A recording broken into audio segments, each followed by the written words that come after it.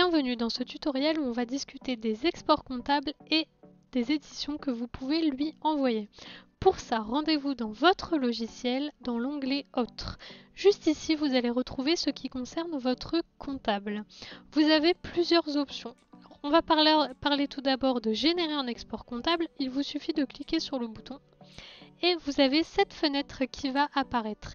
Ici, vous allez pouvoir choisir la plage de date de l'export comptable que vous souhaitez générer. Ensuite, vous allez pouvoir venir intégrer, cocher ce que vous voulez voir apparaître dans cet export. Notre conseil, c'est de cocher tous. Si votre comptable n'a pas besoin de quelque chose, il pourra très bien supprimer une colonne sur l'Excel que ça va créer. Le plus simple, c'est vraiment de choisir de tout lui envoyer. On vous conseille donc de cocher la case tout. Et vous avez ensuite le choix entre générer un export comptable classique sur Excel classique ou alors un export comptable via Excel Ciel qui est le Excel utilisé généralement par les comptables. Dans le doute, si vous ne savez pas, choisissez un export classique. Donc une fois que vous avez choisi la plage de date, que vous avez coché ce qui vous concerne ou tout pour être sûr de tout avoir, vous cliquez sur Export Excel classique.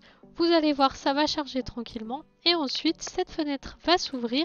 Il vous suffira de choisir l'emplacement auquel vous voulez enregistrer votre Excel. De mon côté, je vais choisir de l'enregistrer dans les téléchargements et je clique sur sélectionner.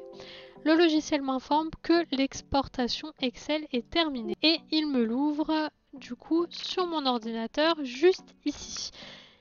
Si vous souhaitez la regarder, vous pouvez la regarder, y faire des modifications. Sinon, vous pouvez tout simplement quitter cet export comptable et ensuite l'envoyer par mail directement à votre comptable.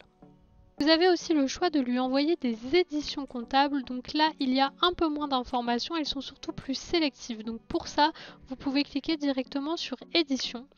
Et là, vous allez pouvoir choisir le mois que vous souhaitez afficher et vous avez plusieurs options.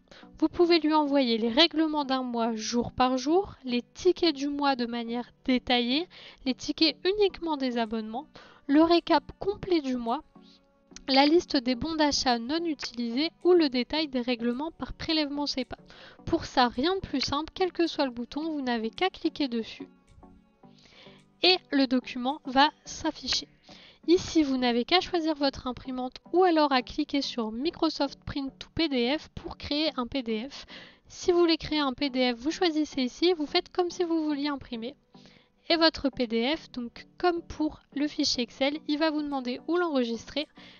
Vous allez pouvoir nommer le fichier et cliquer sur Enregistrer.